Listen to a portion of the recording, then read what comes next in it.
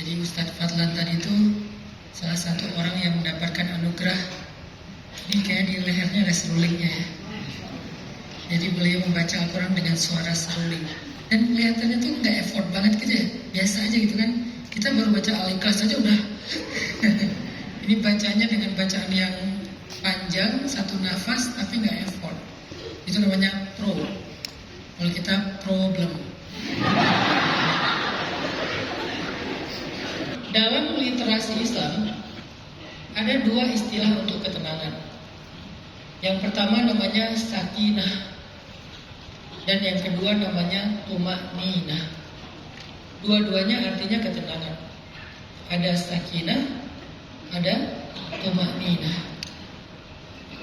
Apa itu sakinah? Sakinah itu dalam bahasa Arab adalah ketika seseorang merasa tenang, merasa nyaman, merasa enjoy dengan hidupnya. Karena dia didukung oleh banyak faktor. Pertama, orang-orang di sekelilingnya tuh positif semua. Jadi sakinah itu sumbernya ada di bumi. Dari orang, dari lingkungan, dari alam. Sehingga kalau faktor-faktor ini terpenuhi, seseorang akan sakinah. Jadi kenapa Ternate dan Maluku Utara ini indeks bahagianya nomor 1 di Indonesia? Ya alamnya kayak gini, sekeren ini gitu kan. Kita duduk di pantainya gampang, jarak cuma 5 menit ke pantai. Pantainya bening, padahal ini bukan lagi high seasonnya. Saya di Bandung mau ke pantai itu 8 jam. Jadi baru jalan, udah balik lagi ke rumah. Kenapa? Udah nggak kuat, 8 jam jauh banget. Sampai di pantai nggak tahu ngeliat apa, nggak ada ikan. Cuman ada air dengan warna mirip kopi susu sih. Jadi susah nyari pantai yang bening kayak di Ternate, di Morotai itu susah. Jadi kalian dikasih alam sebagus ini, gampang dapat sakinahnya. Jadi duduk di pantai, memandang laut, memandang gunung, atau kalau kalian suka nyelam, memandang terumbu karang dan hewan-hewan di bawah, sakinah. Kecuali tiba-tiba lagi ngelihat pantai, lagi ngelihat laut lewat Pampers. Itu baru keganggu sakinahnya kan. Kemarin saya dari pelabuhan apa itu, Bang Jeko? Apa? Sidang oli. Oh benar, sidang oli gitu. Nah, sidang oli, bukan sidang oli, sidang oli. Oke, dari sidang oli ke sini tuh, ke pelabuhan yang ada masjidnya tuh, itu masjid raya. Yang ada masjid raya, Masya Allah tuh. Tadinya kita nggak jadi nyebrang karena badai kan. Tiba-tiba ada kayak nelayan gitu, kasih speedboat. Terus kita akhirnya nyebrang. Wah itu di laut gini kan. Kalau gini sih masih oke lah, guncangan. Saya udah sering terguncang kan. Jadi kayak ya udah lah. Yang jadi masalah hilang arah. Di tengah-tengah laut tiba-tiba yang di belakang tuh yang megang mesinnya ngomong, terlalu ke kiri, kanan. Saya langsung udah kanan kan, tiba-tiba wah kiri itu, kanan lagi. Ternyata mereka juga nggak tahu arah. Pas saya akhirnya kan saya jadi ragu kan. Tadinya saya udah tenang dong, mengandalkan manusia, sakinah dong. Ternyata manusianya nggak tahu arah. Akhirnya saya buka Google Map. Wah ini arahnya ke Tidore, bukan ke Ternate. Jadi dia nggak lurus, malah terlalu ngiri ke Tidore. Akhirnya saya bilang juga kanan lagi. Jadi rame kita di kapal. Karena ini yang cowok-cowok semuanya naik kapal yang berbeda. Saya sendiri di antara keluarga, anak-anak, cewek-cewek, saya sendiri dong. Jadi kalau lagi sendiri kan jadi kayak, oh dua cowok gitu kan. Laki-laki tidak bercerita. Tiba-tiba ya, dalam hidupnya selalu mencari sakinah. Ketenangannya itu adalah depend on orang lain, alam, teknologi. Sehingga kalau misalnya faktor-faktor ini nggak mendukung dia, dia akan bilang aku nggak punya support system. Kayaknya aku nggak punya siapa-siapa di dalam hidup. Dia nggak bisa selalu mengandalkan orang tuanya mungkin. Dia punya orang tua tapi nggak selalu bisa mengandalkan orang tua, mengandalkan pasangan kadang, mengandalkan anak, mengandalkan saudara, mengandalkan ipar. Enggak, ipar adalah beda itu. Jadi dia kayak nggak bisa selalu ngandalin orang kan. Dalam kondisi kayak gitu, dia menjadi orang yang mulai berkeluh kesah, desperate, dia mulai putus asa, akan ujung-ujungnya dia kayak, mending aku mati aja. Kenapa? Karena hidupnya hanya tentang sakinah. Dia lupa ada satu lagi faktor ketenangan yang disebut dengan tuma'ninah. Saya lagi mulai belajar nyelam kan, dipengaruhi sama itu ada teman saya, pelatih saya juga. Tapi sering dimarahin sama muridnya. Pemula banget. Karena saya ngandalin pertama equipmentnya ada apa istilahnya tuh jaket penyelamat atau disebut dengan BCD-nya. Terus ada kantong tabung udara. Yang paling bikin tenang badinya, guide-nya. Di sini ada Bang Diman dari Morotai. Makasih Bang udah datang. Gara-gara dia bawa kamera, gede banget tuh kameranya tuh. Kamera segede ini. Wah, ini kayaknya jerawatnya kelihatan semua nih. Kameranya bagus, pro, dia ngamerain tuh sambil miring-miring gini. Wah, ngedrift gitu ya, di dalam air dia ngedrift. Wah, ini kayaknya di sekeliling saya pro semua nih. Ada Bang Miman, ada Jepo, ada Rifki. Saya sendiri juga doang yang amatiran. Jadi saya sakinah. Tapi kemarin saya naik dive, nyelam malam. Nyelam malam kan dikasih lampu semua tuh. Salah satu teman kita lampunya mati. Dia maju, tadinya dia di belakang saya. Gara-gara dia lampunya mati, dia maju. Nempel di badi yang lain, nempelnya di jepo. Mereka maju semua, saya tinggal sendiri dong di belakang. Kebayang keamatiran, naik dive, ketinggalan di belakang. Terus tiba-tiba termokline itu yang tiba-tiba masuk air yang dingin banget gitu. Wah, aku masih di mana ini? Jadi pas saya ngeliat ke belakang iseng aja gitu, saya tutup senternya di badan saya ngeliat ke belakang, itu gelapnya gelap banget, kayak black hole itu. Akhirnya disitulah saya ngerasa, wah ini kalau nggak ada orang-orang nih bahaya nih. Mulai muncul was-was, muncul rasa gelisah, anxiety gitu kan. Saya nyalain lagi atau saya cari cahaya, saya kejar mereka, akhirnya saya bareng dengan mereka lagi, tenang lagi, itu namanya sakinah. Mengandalkan body, mengandalkan dive guide, mengandalkan instrukturnya, mengandalkan suasana lautnya yang tenang, nggak ada arus misalnya, mengandalkan equipment yang kita pakai, itu namanya sakinah. Tapi hidup nggak selalu kayak gitu teman-teman. Kadang body kita pergi sibuk sendiri, walaupun dalam dive itu nggak terjadi ya.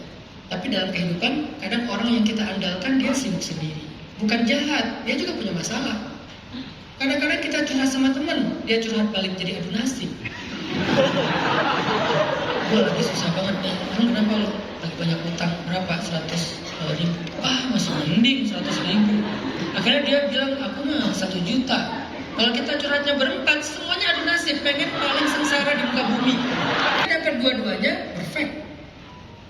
Harusnya memang idealnya hidupnya kayak gitu. Pulang ke rumah, sakinah kita adalah pasangan. Makanya ayat sakinah yang populer di Al-Quran itu adalah ayat pernikahan. Litaskunu ilaiha, supaya kalian dapat sakinah kepada pasangan kalian. Muncullah istilah samawa, sakinah, mawaddah,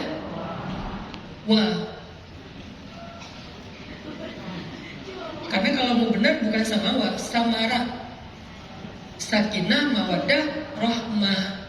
Wa itu kan artinya dan. Kalau samawa artinya sakinah, mawaddah, dan. Ya kan?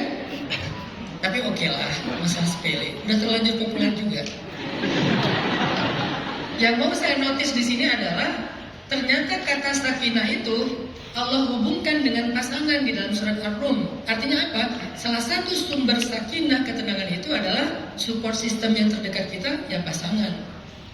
Orang tua, saudara, anak, sahabat, teman kerja, dan seterusnya. Mereka adalah sumber-sumber yang membuat kita sakinah dalam hidup. Tapi kita nggak selalu bisa ngandelin mereka. Ada kalanya kita WA pasangan kita baru dibaca 2 hari kemudian. Padahal dia online terus, lastin online. Sesekali dia typing gak jadi ngirim. Misalnya, kenapa? Karena mungkin dia lagi bad mood, mungkin dia lagi bete, mungkin dia lagi kayak gak nyaman aja sama kita. Lalu dalam kondisi kayak gitu kita apa? Zilzal, terguncang. Gak bisa ngandelin istri, gak bisa ngandelin suami, gak bisa ngandelin anak. Anak juga punya kehidupannya sendiri, apalagi kalau udah remaja. Saya sebagai seorang ayah mulai merasakan itu sekarang. Anak saya udah SMA. Tahun depan mereka ada yang mau kuliah ke Jepang. Saya udah siap-siap, mental saya udah mulai saya manage dari sekarang. Oke, aku gak bisa lagi setiap pagi manggil Kaica, karena kamarnya di atas kan. Kaica, karena kita kalau sarapan selalu bareng. Kalau lagi bareng sarapan kita gak pegang gadget, kita benar-benar ngobrol. Kita punya lifestyle keluarga yang memang udah kita bangun. Begitu dia pergi, saya mulai kehilangan satu di antara hati saya. Maka bagaimana cara kita menjalani hidup dalam situasi yang berubah-ubah itu, tapi pengen tetap bahagia, enjoy, tenang, walaupun ada menangisnya. Menangis gak apa-apa. Menangis itu bukan berarti kita mengeluh. Menangis itu adalah fitrah manusia. Namanya orang sakit pasti nangis dong. Masa orang sakit ketawa? Kenapa lo? Sakit gua. Mana ada orang kayak gitu sakit? Yang sakit itu nangis dong. Selama dia nggak mencela. Jangan sampai dia sakit, anjing. Kalau di tempat saya di Bandung, anjing. Nah, itu yang nggak boleh. Tapi kalau sekedar, aduh, gitu kan, namanya mengaduh. Apa-apa. Cuman hatinya tetap tenang. Walaupun nangis, hatinya tetap tenang. Walaupun sedikit mengadu, hatinya tetap tenang. Walaupun sedikit merintih, hatinya tetap tenang. Karena rintih, aduh, dan nangis itu fitrah manusia. Gak bisa enggak. Dan laki-laki juga boleh menangis kok. Walaupun dia sering berpura-pura. Dia gak mau kelihatan nangis kan? Itu emang fitrah dia. Kalau kita justru, kalau bukan kita, kalian. Kita sih, kalian. Kalau kalian justru pengen banget kelihatan menangis kan? Kalau kalian menangis harus, kalau perlu sebelum nangis tuh live dulu kan? Karena ada salah satu sharing time saya nih, sebelum muhasabah doa terakhir, ibu-ibu tuh, cewek-cewek itu udah masang live, udah gitu langsung ini. Itu udah live. Jadi saking cewek, mulutnya garis lurus. Saya paling jarang pakai emoticon. Emoticon saya buat istri doang. Kalau saya chat sama cewek, emoticonnya cuma satu. Gitu doang. Assalamualaikum Ustaz. Waalaikumsalam. Ustaz tangannya kosong. Maaf, nggak bisa. Gini aja terus emoticonnya. Kalau sama istri, wah, segala emoticon, terus stiker, termasuk stiker yang gini lah, yang apalah banyak. Jadi intinya adalah gimana kalau misalnya kita nggak bisa ngandelin orang, kita bisa ngandelin Allah. Nah ini yang kita pengen pelajari malam ini. Bagaimana caranya dapatin tumanina, ketenangan hidup ketika kita nggak bisa ngandelin siapapun di antara manusia. Contoh yang paling ekstrim adalah suatu ketika Nabi lagi touring kan ceritanya. Touring itu kan bahasa dulunya adalah, kalau bahasa anak motor, touring. Nabi lagi touring, terus berhenti di sebuah kayak rest area gitu di padang pasir. Karena Nabi pengen me time, gak pengen sama sahabat, pengen sendiri dulu. Nabi pun istirahatnya di pohon yang agak jauh dari rombongan sahabat. Jadi sahabat pada ngumpul istirahat, Nabi itu menjauh. Kemudian beliau bersandar di sebuah pohon istirahat gini. Tiba-tiba ada seorang laki-laki musuh yang menyelinap datang, kemudian menghunuskan pedang di leher Nabi. Laki-laki itu mengatakan, ya Muhammad, kalau sekarang aku ingin membunuh kamu, siapa yang bisa menyelamatkan kamu? Karena para sahabat jauh, pengawal-pengawal Nabi jauh. Di situ Nabi gak bisa ngandalin siapa-siapa, gak bisa ngandalin Umar, gak bisa ngandalin Khalid, gak bisa ngandalin Sa'ad bin Abi Waqqas seorang sniper, gak bisa ngandalin siapapun, atau bahkan Abu Bakar yang paling setia, karena semua mereka jauh. Ketika seseorang gak bisa mengandalkan siapapun, bagaimana dia dalam ancaman hidupnya, dalam masalah hidupnya? Tapi diuji di situ.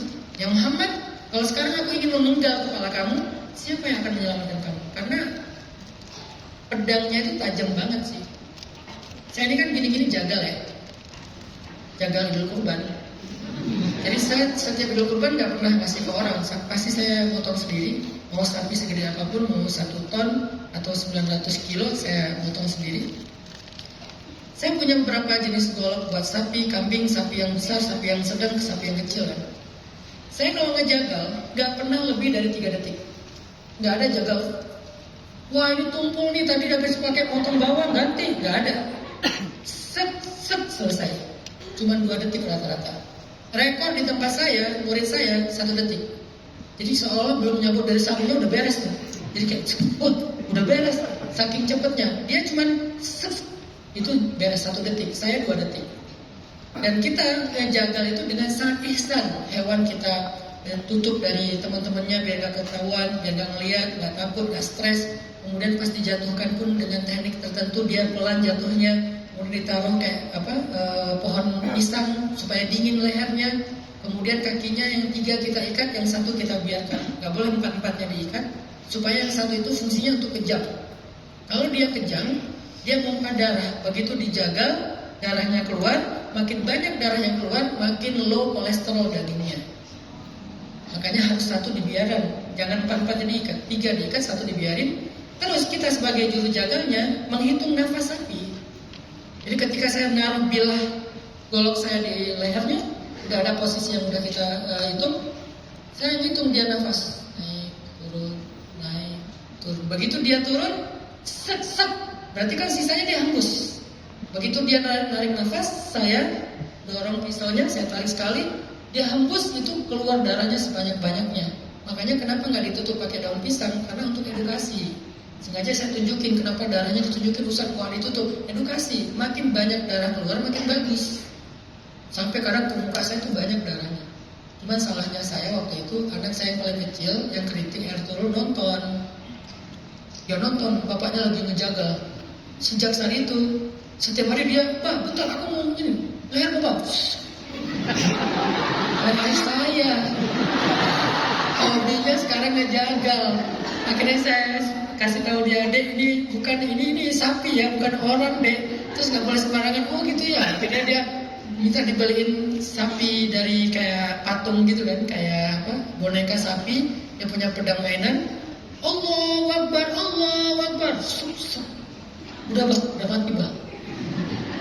Salah pendidikan itu mah. Karena dia ngelihat, harusnya dia nggak boleh ngelihat dulu. Tapi waktu itu saya lagi fokus dengan sapi.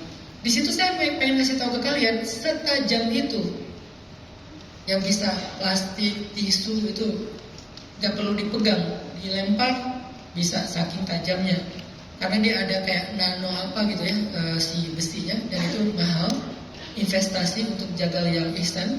Nah, Nabi itu ditaruh pedang setajam itu di leher beliau. Ditarik sedikit aja, putus. Coba.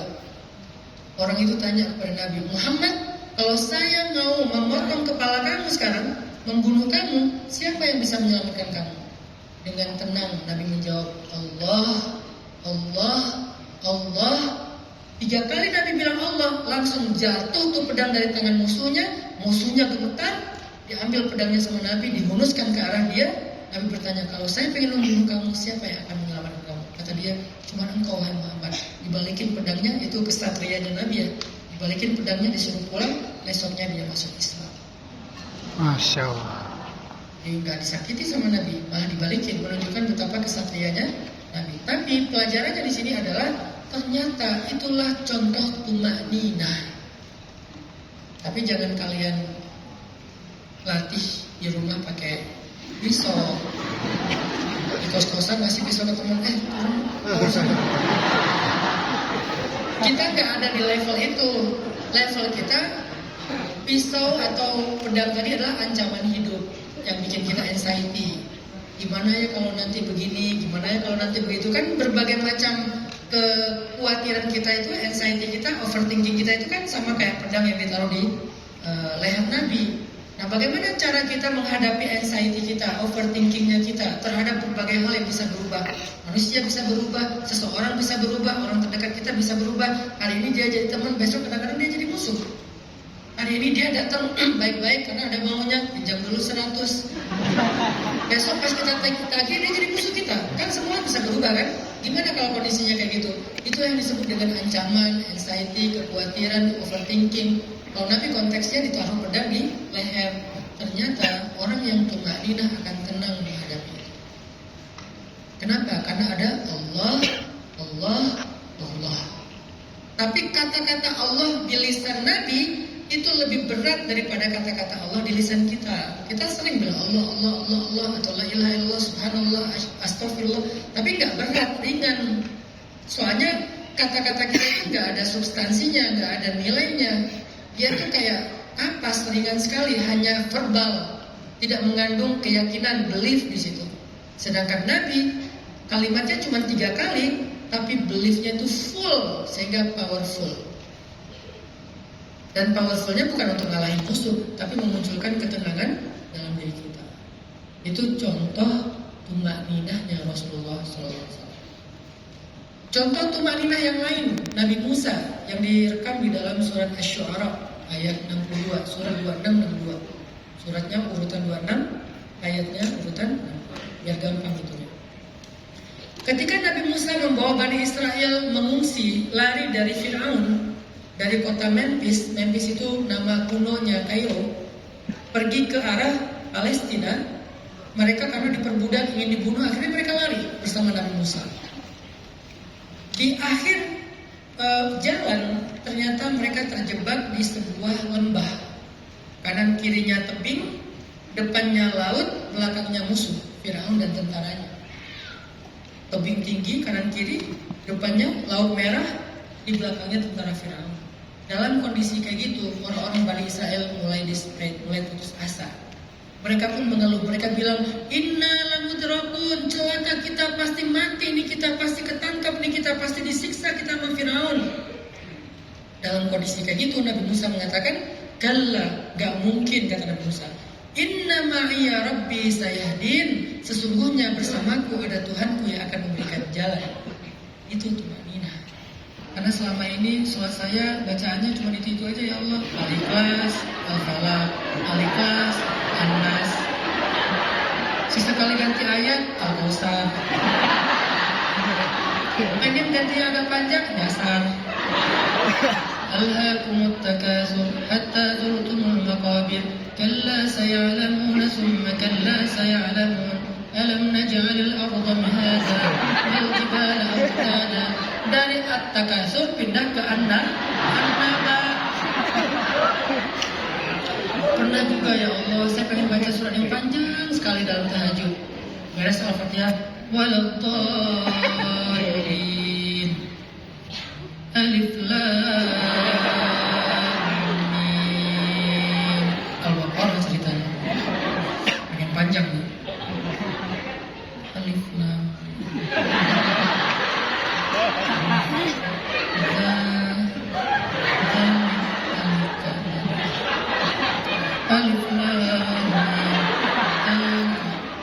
Qul huwallahu balik lagi.